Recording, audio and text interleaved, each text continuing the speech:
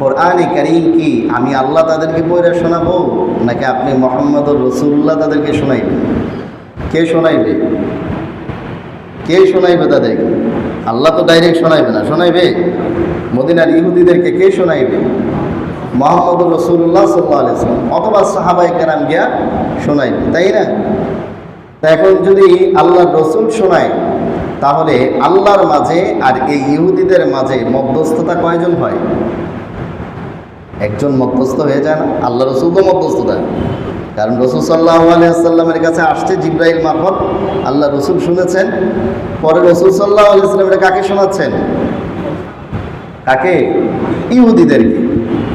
তাহলে দুই ওয়াসিতাও বলা যায়, দুই মধ্যস্থতাও বলা যায়। আল্লাহ তাআলার কাছ থেকে জিবরাইল, জিবরাইলের কাছ থেকে মুহাম্মদুর রাসূলুল্লাহ সাল্লাল্লাহু আলাইহি ওয়াসাল্লাম, তিনি গিয়ে শোনাচ্ছেন কাকে? ইহুদিদেরকে। তাইলে মধ্যস্থতা কয়টা? দুইটা। আর যদি কোনো সাহাবী শোনায়, তাহলে মধ্যস্থতা কয়টা? তিনটা। তো আল্লাহ তাআলা বলতে যাচ্ছেন যে যেই জাতির হেদায়েত আর ঈমানের কামনা আপনি করছেন, তোমরা করছো, এরা তো সরাসরি কোনো মাধ্যম ছাড়া, মধ্যস্থতা ছাড়াই আমার কথা শুনছে, তাই না? সরাসরি আল্লাহ বলছে, ওরা তাওরাত কিতাব মিলাইছে ধৈর্য ধরে, এরা কোনো মধ্যস্থতা ছাড়াই, মাধ্যম ছাড়াই আমার কথা শুনেছে। শোনার পরে ওদের অবস্থা হয়েছে সুম্মা ইউহাদ্দিফুনাহু, আমার এই শোনা কথাগুলোকে তারা তাদের জাতির কাছে ফিরে আইসা, ওই ৭০ জন তারা আইসা বিকৃত করছে। আমি যা বলছি তা না বইলা অন্যটা বলছে। কি বলছে?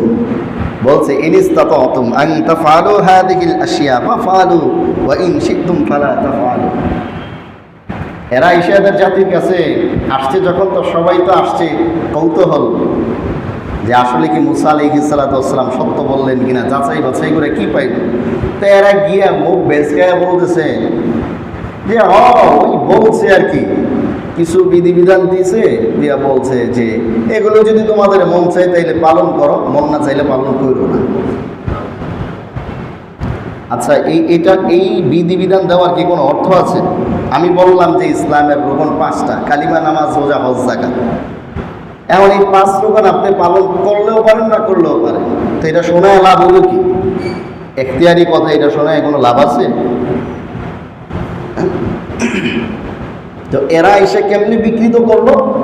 মুখ বেচকায় বলতেছে যে কিছু বিধিবিধান দিয়েছে, এগুলো পালন করলেও পারো, না করলেও পারো। আল্লাহ তাআলা বলছেন, এটাই বোঝাইতে যাচ্ছে